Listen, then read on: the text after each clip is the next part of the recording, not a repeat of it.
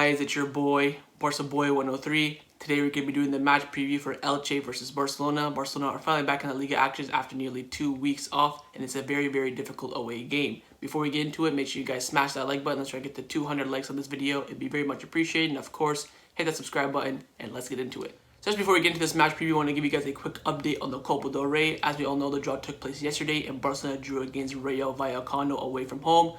Now, the reason why I put this up is that the kickoff time has been confirmed and it will be taking place Wednesday, January 27th at 9 p.m. Central Eastern Time, which means that Barcelona will only have 48 hours of rest going into that game. As they play on Sunday, they're going to be playing on Wednesday. So I think this is a bit harsh on the Federation. They could have gave us a Thursday, but instead they gave us a 1 day to give us, 48 hours instead of that 72 hours that we probably deserve. And with this game being at home, this now means that Barcelona's only game in the Camp Nou will be on January the 31st against Athletic Club. Barcelona have now played 8 consecutive away games by then, a record for the club's history. In my opinion, this is very poor planning from the Federation. Giving Barcelona 8 away games in one single month I think is a bit harsh, but we have come out of it well so far, so hopefully we can continue that form. So let's start off by looking at the league table. Barcelona sat in 3rd place on playing 18 games on 34 points, 10 wins, 4 draws, and 4 losses. If you look at Barcelona's last 5 games, for the first time in a long time, there are no losses. We've won 4 and drawn 1.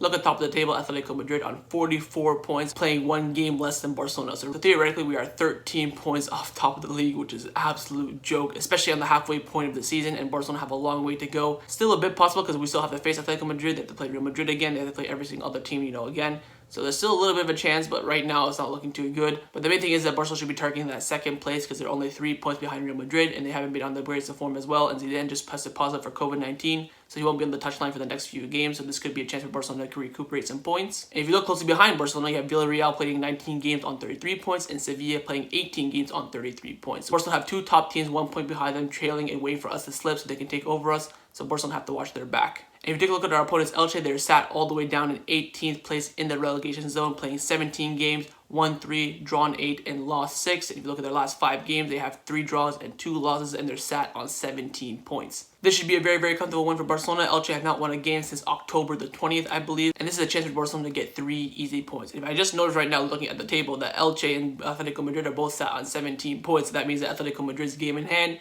is against Elche as well. So that's something to look out for as well. So Barcelona really need to get this win against a very, very weak opponent. Let's take a look at our opponents. Elche, of course, like we just said, they're not coming in on too hot a form in the relegation zone. On the screen right now, you can see the last 6 games. They drew their last game 2-2 with Real Valladolid. They lost in the Cup against Real Vallecano, who we've drawn against. They lost 3-1 to Getafe. They beat La Nuquea 1-0 in the Copa del Rey. They lost 1-0 to Athletic Club, and they drew 1-1 against Real Madrid. Like I mentioned before, Elche have not won a game since October 23rd, 2020. But the scary thing is that that win was against Valencia, which is, of course, the top side in the Liga. They beat them 2-1. That's something to look out for sure. Now, the 3 games I want to take a look at for Elche was that 2-2 draw against Real Valladolid, the loss against Getafe, and the draw against Real Madrid. Let's take a look at their last game. They did draw 2-2 with Real Valladolid away from home, with Jose Antonio Fernandez scoring 2 goals. And Elche did go 2-0 up in this game and then conceding 2 goals in the last 20 minutes to end up drawing the game. Of course, in this game, they went with the 5-4-1, being predominantly away from home. They're going to park the bus and being in the relegation zone.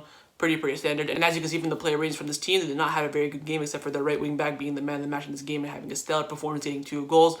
The main thing is about Elche is that they're just going to sit back and park the bus. Maybe with this game being at home, they'll go a little bit on the front foot, but I don't see that happening.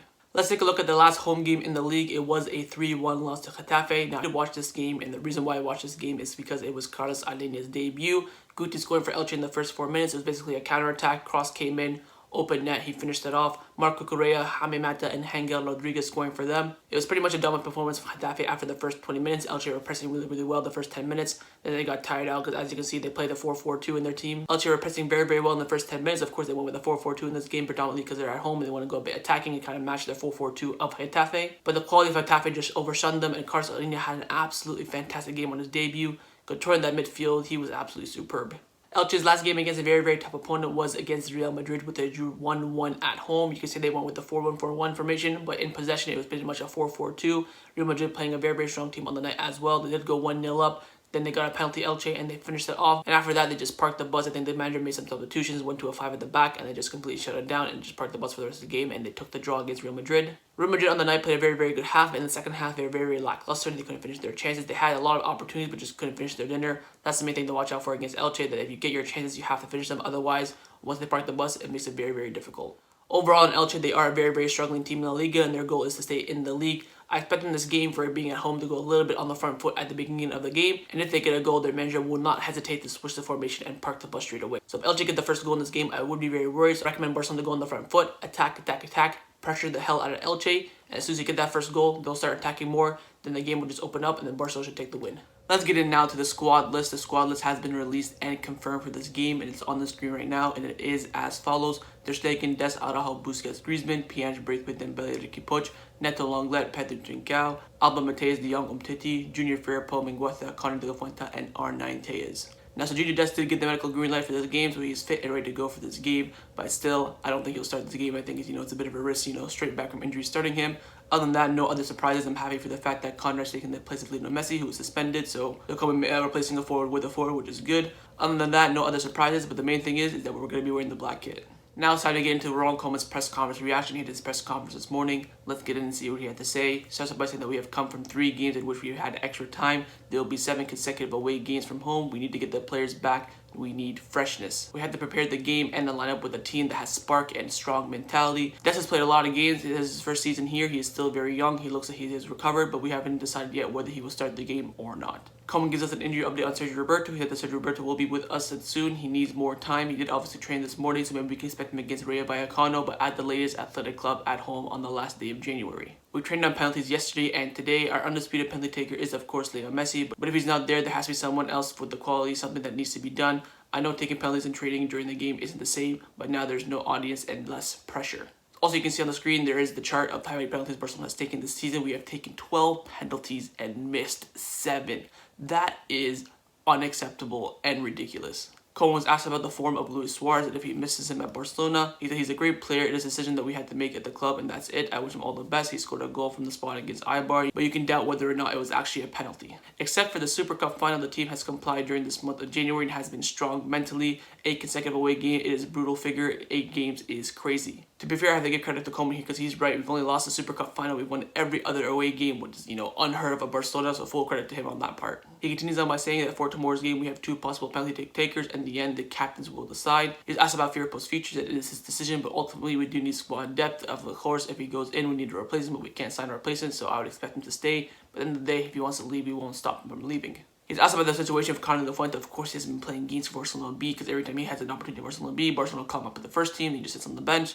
So it's a really weird situation. He was asked on it. He said that he has the qualities. He has to improve on some things, such as knowing when to stick to the wings. Not that we miss Leo and Ansu, but normally I would prefer such a player to play for Barcelona B. Just like Iras Riba and Alex Collado, they have to play games. He's asked about the meeting that took place the other day between the presidential candidates and himself and 2 Suarez. He said that we lack players, but it depends all on the economic situation of the club. I don't decide. I've been talking with them, but it all depends on the economic situation.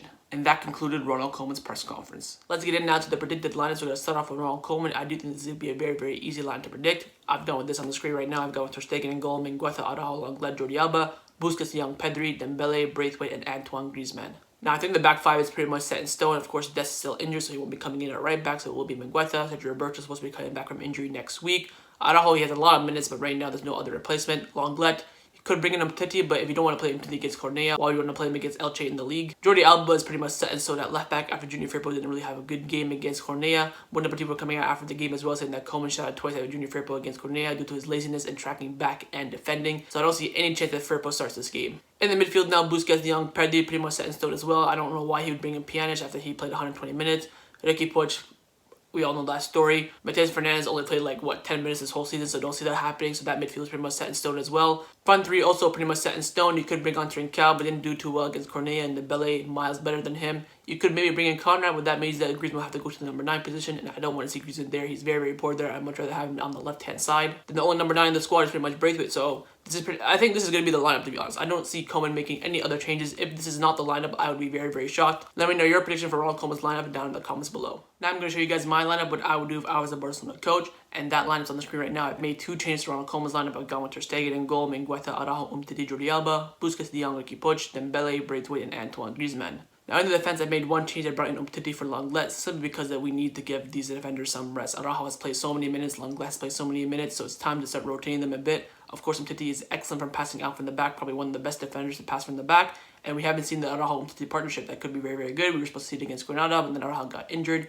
Could be a great partnership, so I would go with that. Of course, Mingueza at right back, Jordi Alba at left back is pretty much set in stone. People can't really challenge Jordi Alba. Dest is injured, Roberto's injured. In the midfield, Ricky Puig in for me over Pedri. The reason why I do this is because Ricky Puig has not played any minutes and Pedri has played so many minutes. The fact that Pedri came on against Cornellà and played more minutes than Ricky Puig says it all for me. Of course, Elche are in the relegation zone. This is a time for Ricky Puig to play, and Ricky Puig has not played yet with the full XI around him. He's always come on, and then, you know, maybe Griezmann's off, then Bell is off, or De Jong is off. So this is his chance to play with the starting lineup. I think he would do really well, so I would play him. Of course, in the front three is pretty much set in stone as well. You could bring in Konrad, but then moving Griezmann to the number 9, don't really want to see that. This is going to be my lineup for the game. Of course, I wouldn't be shocked if Koeman went with this. I would be shocked if he started Ricky Puig, to be honest. But it's going to be between this lineup and Koeman's lineup, because I don't see him making any other changes. So let me know down below, would you pick my lineup or Koeman's lineup? Score prediction time. Time to predict the score for this match. I do think it's going to be a very, very difficult game. Of course, Elche have done well against the big teams. They know the draw against Real Madrid. They beat Valencia, so that's something to look out for. But at the end of the day, they are in the relegation zone in 18th place. So I'm going to go with Barcelona winning this game by 3-0. It's going to be a good game to get a lot of goals in. We can, you know, boost the confidence of the squad and then going into the Copa game and getting back Messi. But right now, I do think this team can get the job done without Messi. Of course, with Messi to give us a bigger boost. But at the end of the day, we do have the quality to beat Elche, who are in 18th. So I'm going to go with Barcelona winning this game by 3-0. Let me know your score predictions down in the comments below. So that was my match preview for Elche versus Barcelona. Hopefully you guys enjoyed it. If you did, make sure you leave a like. Let me know your comments down below. Let me know your score prediction. Let me know your lineups. Let me know would you rather go with my lineup or Koeman's lineup. And make sure you guys hit the subscribe button. And I'll see you guys tomorrow for the live watch along. Set the reminder on the screen. Come and join me. Watch the game together. Follow straight away by my match review of the game. So I'll see you guys tomorrow. Take care and Forza Barca.